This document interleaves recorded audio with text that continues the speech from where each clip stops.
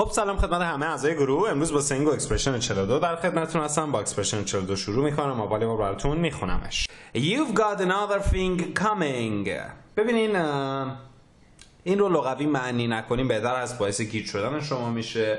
فقط بدونین که you've got another thing coming به معنی کور خوندن هست. یعنی اینکه شما مثلا به عنوان مثال میتونید بگین که If this is what you're going to pay، یعنی اگه این چیزی که خواهی پرداخت کرد، You've got another thing coming. کور خوندی. سینگ 42 میگه که Every man to his taste. Every man یعنی هر مرد to his taste. To his taste یعنی به سلیقه خودش. یعنی به قول خودمون هر کی به سلیقه خودش. خیلی ممنون از اینکه گوش کردین و امیدوارم که به دردتون خورده باشه.